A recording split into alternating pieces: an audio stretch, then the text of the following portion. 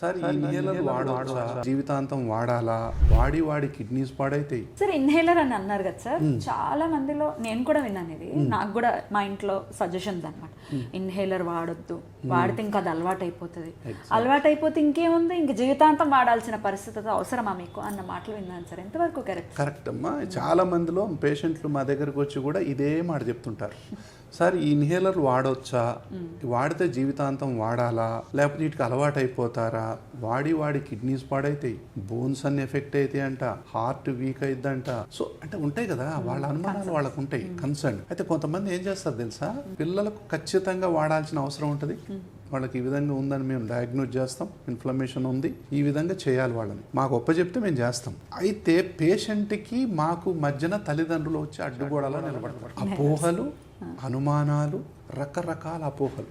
మీరు ఇవన్నీ క్లియర్ చేస్తేనే మీరు మా పాపను చేరుకోగలరు. ఇవన్నీ క్లియర్ చేయకపోతే మీరు మా పాపని చేరుకోలేరు, లేదా మా బాబుని చేరుకోలేరు అన్నట్టు ఉంటుంది. ఒక్కోసారి ఒక యుద్ధ వాతావరణం ఉంటుంది ఒక్కోసారి. అయితే ఇంత అపోహలు అవసరం లేదు. నేనేం చెప్తానంటే, అలర్జిక్ ఇన్ఫ్లమేషన్ ఇక్కడ వాడే మందులు కొన్ని ఉంటాయి. దీన్ని కంట్రోలర్స్ అంటాం, ప్రివెంటర్స్ అంటాం, యాంటీ ఇన్ఫ్లమేటరీ మెడికేషన్ అంటాం. అప్పుడు ఈ విధంగా ఓపెన్ అయిపోతుంది. ఈ విధంగా ఓపెన్ అయినప్పుడు దీన్ని రిలీవర్ మెడికేషన్ అంటాం, ఈ కట్లిపటం.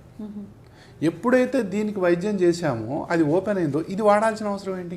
చాలా మంది 100కి 90 నుంచి 95 మంది ఇప్పటికి కూడా ఇదే వాడుతున్నారు. వాళ్ళు వాడే మెడిసినే తప్పు, కాబట్టి జీవితాంతం వాడాల్సి వస్తుంది. వాళ్ళు పెట్టే కీయే తప్పు అంట. నేను ఒకవేళగా ఇక్కడ కాసేపు ఓపెన్ అవుతుంది, మళ్ళా ఇది పోదు కదా.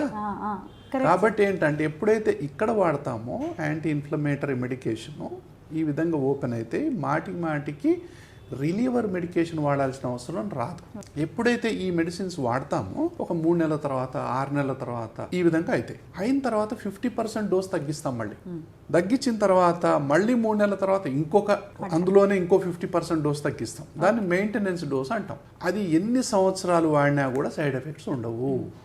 అంటే ఒక్క ట్యాబ్లెట్ని 1000 ముక్కలు చేస్తే ఒక్క ముక్కతో ఒక్క పఫ్ తయారవుతుంది. అంటే ఒక ట్యాబ్లెట్ని మనం సంవత్సరం అంతా వాడినట్టు. లేకపోతే ఇదే పేషెంట్లు పోయి టానిక్లు వాడతారు, మీరు అన్నారు కదా, కాఫ్ సిరప్స్, ఇంజక్షన్లు చేయించుకుంటారు, ట్యాబ్లెట్లు వాడతారు. అంతకు 1000 డోసులు వాడుతూనే ఉంటారు ఇండైరెక్ట్గా. అవి వాడుకుంటూ ఇది డోసు ఎక్కువ అంటారు.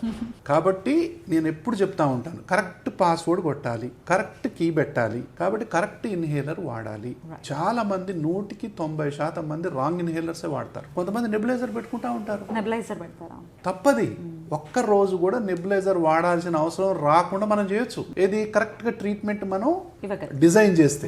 అలా కాకుండా ఏముంది సార్ ఎక్కడికి హాస్పిటల్ పోయినా అదే ఇస్తారుగా అని చెప్పి ఆ రిలీవర్ మెడికేషన్ ఆ పిల్లలు వాళ్ళే వాడతారు, అసలు వాళ్ళే పెట్టుకుంటా ఉంటారు. అది తప్పు. ఎవరైతే చీటికి మాటికి నెబులైజర్ వాడుతుంటారో, ఎవరైతే reliever medication in the form of salbutamol use చేస్తూ ఉంటారో వాళ్ళందరూ 100కి 100% తప్పు చేస్తున్నట్టే లెక్క. వాళ్ళు తక్షణం సరి అయిన డాక్టర్ని సరి అయిన సమయంలో సంప్రదించి సరి అయిన వైద్య పరీక్షలు చేయించుకొని సరి అయినటువంటి ట్రీట్మెంట్ కనుక తీసుకుంటే పిల్లల జీవితం అద్భుతంగా ఉంటుంది. వాళ్ళ గ్రోత్ ఆగదు, ఆడటం పాడటం ఆగదు, వాళ్ళ స్టడీస్ మీద కూడా ఇబ్బంది పడదు. లేదంటే నరకం చూస్తూ ఉంటారు.